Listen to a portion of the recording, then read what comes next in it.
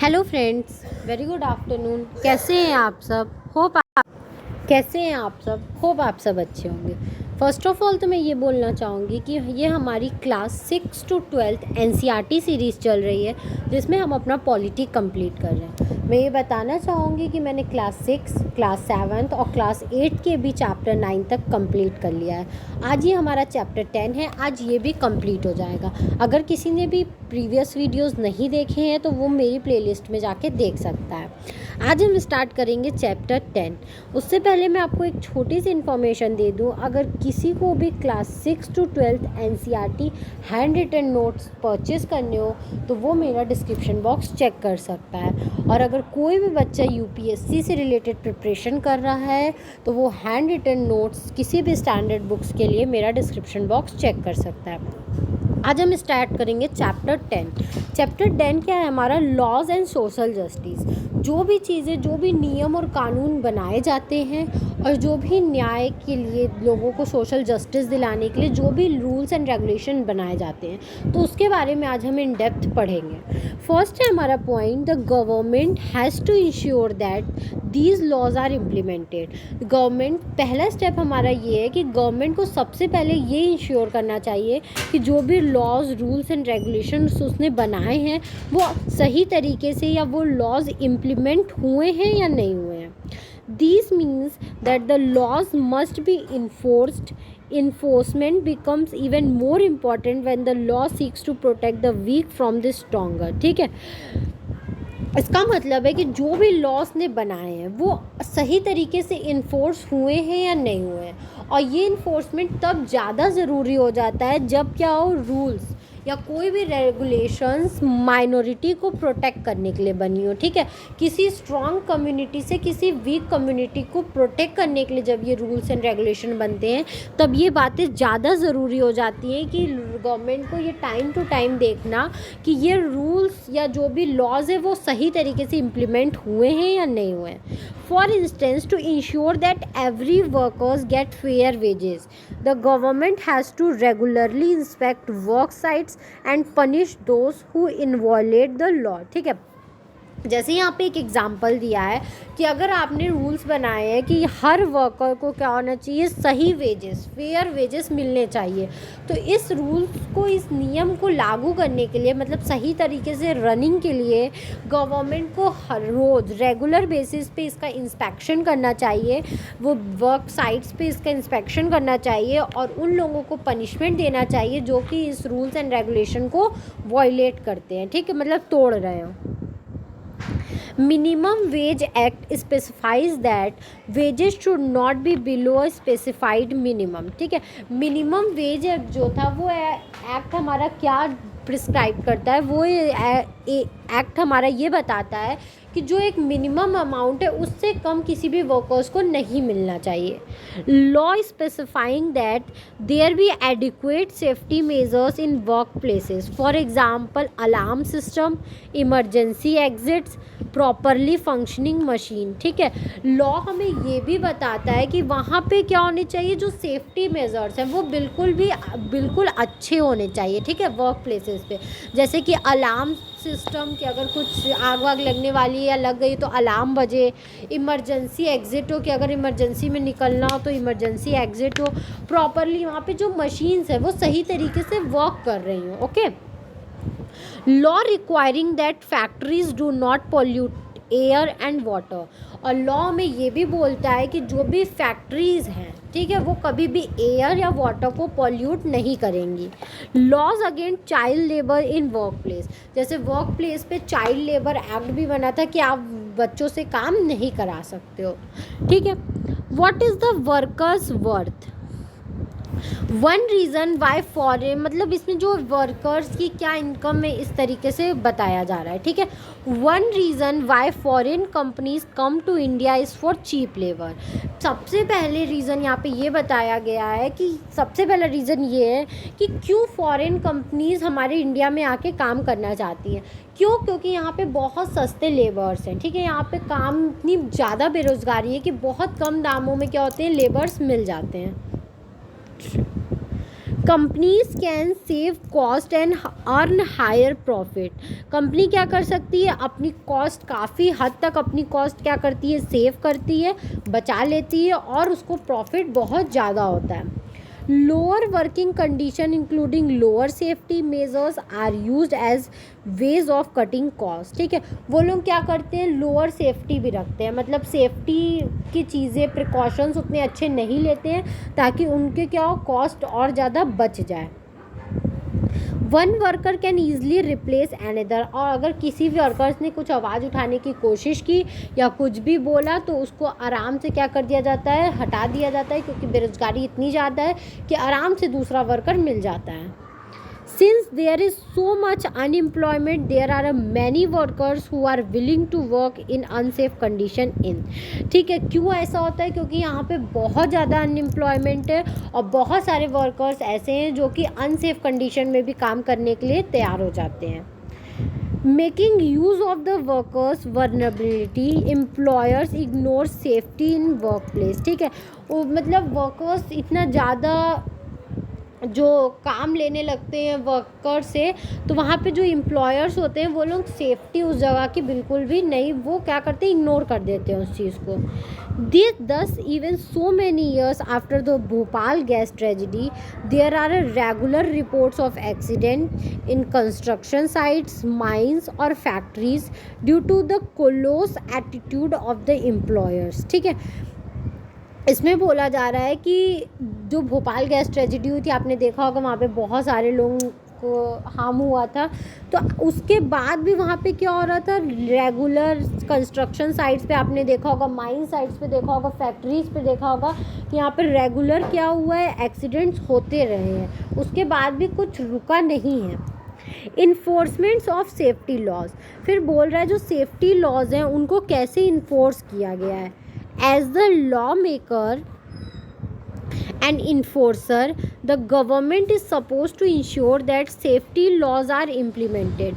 It is also the duty of the government to ensure that the right to life guaranteed under Article 21 of the Constitution is not violated। ठीक है, जो हमारे law makers हैं या enforcer हैं वो लोग ये चीज़ हमेशा देखते हैं, सपोज करते हैं कि उन्होंने जो भी लॉज रूल्स एंड रेगुलेशन बनाए हैं, सेफ्टी लॉज, वो अच्छे से क्या हो गए, इम्प्लीमेंट हो गए हैं। ठीक है, और गवर्नमेंट की ये भी ड्यूटी है कि वो टाइम टू टाइम इस बात को इंश्योर करे कि जो हमारे आर्टिकल 21 में राइट टू लाइफ को गारंटी दिया गया है हमें जिस चीज़ की, उस चीज़ को कभी भी वॉयलेट ना किया जाए। ठीक है, उस चीज़ का कभी भी हनन ना किया जाए।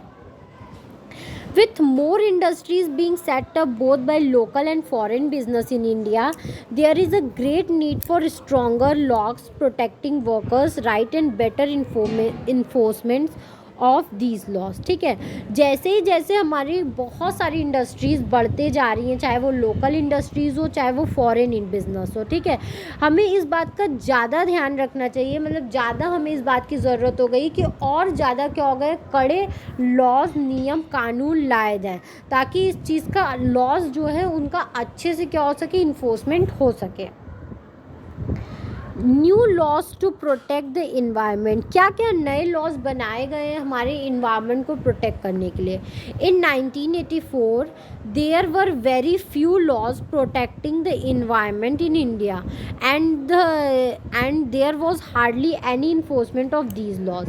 1984 में मतलब यहाँ पे ऐसा बताया गया है, मतलब ये टाइम शायद भोपाल गैस ट्रेजेडी का था इसलिए टाइम बताया गया है। उस टाइम से पहले क्या हो गया था, बहुत कम लॉज थे जो कि हमारे इन्वायरमेंट को प्रोटेक्ट करते थे, और उनमें से कुछ तो थे और कुछ तो बने भी थे तो बहुत हार्डली कहीं ना कहीं वो माने जाते थे और या तो वो नहीं माने जाते थे। ठीक है, the environment was treated as a free entity and any industry could pollute the air and water without any restriction. हमारे इन्वायरमेंट को एक फ्री एंटिटी, मतलब कोई भी आओ कोई भी जाओ की तरह यूज़ किया जाता था, और इनको लोग पूरी इंडस्ट्री इसको भर भर के पॉल्यूट करती थी और उस पर कोई रिस्ट्रिक्शन नहीं था।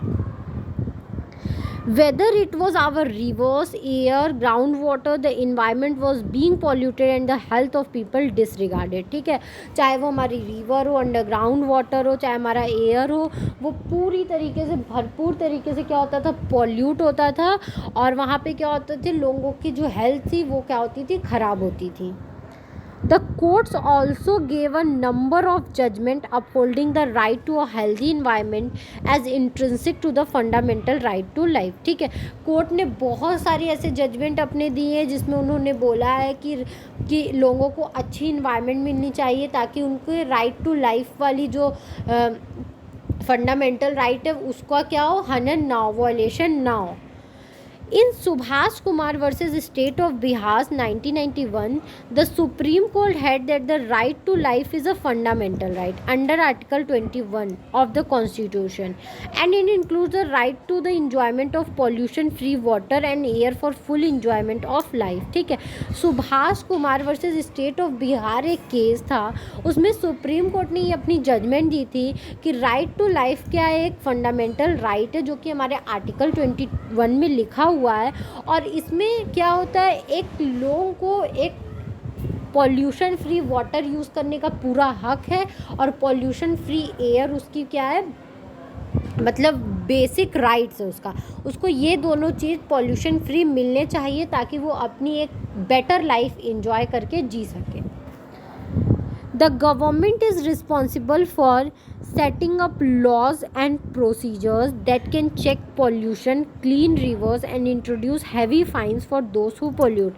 गवर्नमेंट क्या इस चीज़ के लिए रिस्पॉन्सिबल होता है कि वो क्या करे, लॉज अच्छे से देखे और इस पूरे प्रोसीजर को टाइम टू टाइम चेक करे ताकि जो क्लीन रिवर्स हो, पॉल्यूशन को चेक करे कितना है, और वो क्या करे, अलग अलग तरीके से ज़्यादा फाइन्स लगाएं ताकि लोग उसको पॉल्यूट ना करें और जो करें उनको अच्छा खासा फाइन पे करना पड़े।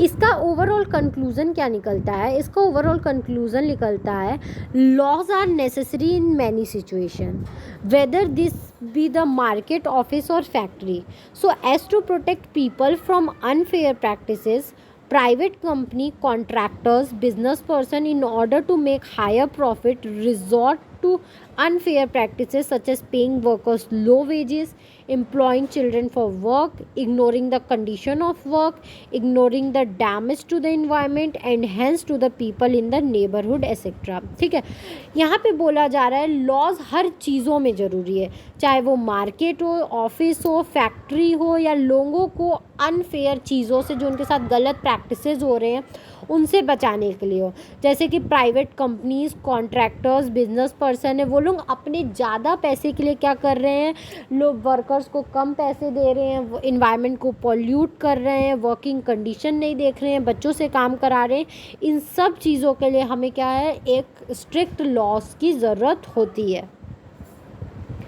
A major role of the government, therefore, is to control the activities of private companies by making, enforcing, and upholding laws so as to prevent unfair practices and ensure social justice। ठीक है, इसमें government का सबसे बड़ा role क्या है कि वो इन एक्टिविटीज़ को क्या करे, प्राइवेट कंपनीज़ की एक्टिविटीज़ को कंट्रोल करे, उन पे लॉज, अच्छे स्ट्रिक्ट लॉज बनाए उनके लिए ताकि ये सब चीज़ें ना हो सके, गलत काम ना हो सके और सोशल जस्टिस लोगों को मिल सके। This means that the government has to make appropriate laws and also has to enforce the law। इसका मतलब ये है, ये सब वो कर सकती है फिर उसके साथ कि वो एक प्रॉपर लॉ बनाए और उस लॉ को अच्छे तरीके से इन्फोर्स करे, ठीक है, लागू करे। Laws that are weak and poorly enforce can cause serious harm. अगर कोई लॉज को गलत वे में या एक इस हल्के फुल्के तरीके से इम्प्लीमेंट किया जाता है, इन्फोर्स किया जाता है, तो वो लोगों को क्या कर सकता है, हार्म कर सकता है, ठीक है, लोगों को नुकसान पहुंचा सकता है। As the Bhopal gas tragedy showed, जैसा कि आपने भोपाल गैस ट्रेजिडी में देखा था, वहाँ पे नियम कानून को हल्के में लिया गया था तो कितने लोगों की जान गई थी। While the government has a leading role in this respect, people can exert pressure so that both private companies and the government act in the interest of society. ठीक है, इसमें हम मान रहे हैं कि गवर्नमेंट का मेन रोल है, लेकिन जो नॉर्मल पीपल है उनको भी हमेशा गवर्नमेंट के ऊपर या प्राइवेट कंपनीज़ के ऊपर हमेशा प्रेशर बनाए रखना चाहिए कि वो सोसाइटी के भले के लिए काम करें, सोसाइटी के इंटरेस्ट के लिए काम करें. Environment, as we saw in one example, where people have pushed a public cause and the court have upheld the right to healthy environments as intrinsic to the right to life. ठीक है, इसमें क्या करना चाहिए, हमें हमेशा एक example set करना चाहिए कि मतलब क्या, और कि हम लोगों गवर्नमेंट पे ये प्रेशर बनाए कि वो हमें एक हेल्दी एनवायरनमेंट क्या करे दे, ताकि हम उसमें अच्छे से रह सके, जी सके और हमें एक बेटर लाइफ मिल सके. In this chapter, we have argued that people now must demand that these facility of healthy environment be extended to all. ठीक है, हमने इस चैप्टर में पढ़ा कि हमें हमेशा उस चीज़ के लिए संघर्ष करना चाहिए, हमेशा उस चीज़ की डिमांड करनी चाहिए, आर्ग्यू करना चाहिए, ताकि हमें एक हेल्दी इन्वायरमेंट रहने के लिए मिल सके और लाइफ टाइम मिल सके. ठीक है. Likewise, workers' right to work, right to fair wages and decent working condition is an area where the situation is still very unfair. ठीक है, हमें उन एरिया में जाके right to work, right to fair wages, decent work condition, ये सब के बारे में अवेयर कराना चाहिए, देखना चाहिए, गवर्नमेंट को देखना चाहिए जहाँ पे अभी भी क्या है, कंडीशन बहुत वर्स्ट है. ठीक है, वर्स है. People must demand stronger law protecting workers' interested so that the right to life is achieved for all. ठीक है, पीपल को क्या करना चाहिए, एक स्ट्रॉन्गर लॉ, मतलब एक टफ लॉ की डिमांड करनी चाहिए जो कि वर्कर्स के इंटरेस्ट को प्रोटेक्ट कर सके और उनके लाइफ राइट टू लाइफ को अचीव कर सके. लोग क्या करें, हर किसी को ये राइट मिल सके. तो आई होप आपको ये चैप्टर समझ में आया होगा. ये चैप्टर हमारा यहीं तक था, लेकिन अगर आपको फिर भी कहीं भी कोई भी दिक्कत हो तो आप मुझे कमेंट सेक्शन में कमेंट करके पूछ सकते हैं. Thank you very much for watching my video and please please please like, subscribe and share my channel. और अगर आपको क्लास 6 to 12 किसी भी सब्जेक्ट के NCERT एक्सप्लेनेशन के नोट्स चाहिए तो आप मेरा डिस्क्रिप्शन बॉक्स चेक कर सकते हैं. अगर आप UPSC के प्रिपरेशन कर रहे हो, अगर आपको किसी भी सब्जेक्ट के स्टैंडर्ड बुक के नोट्स परचेज करने हो तो आप मेरा डिस्क्रिप्शन बॉक्स चेक कर सकते हो. Thank you very much. Please like, subscribe and share my channel. Thank you.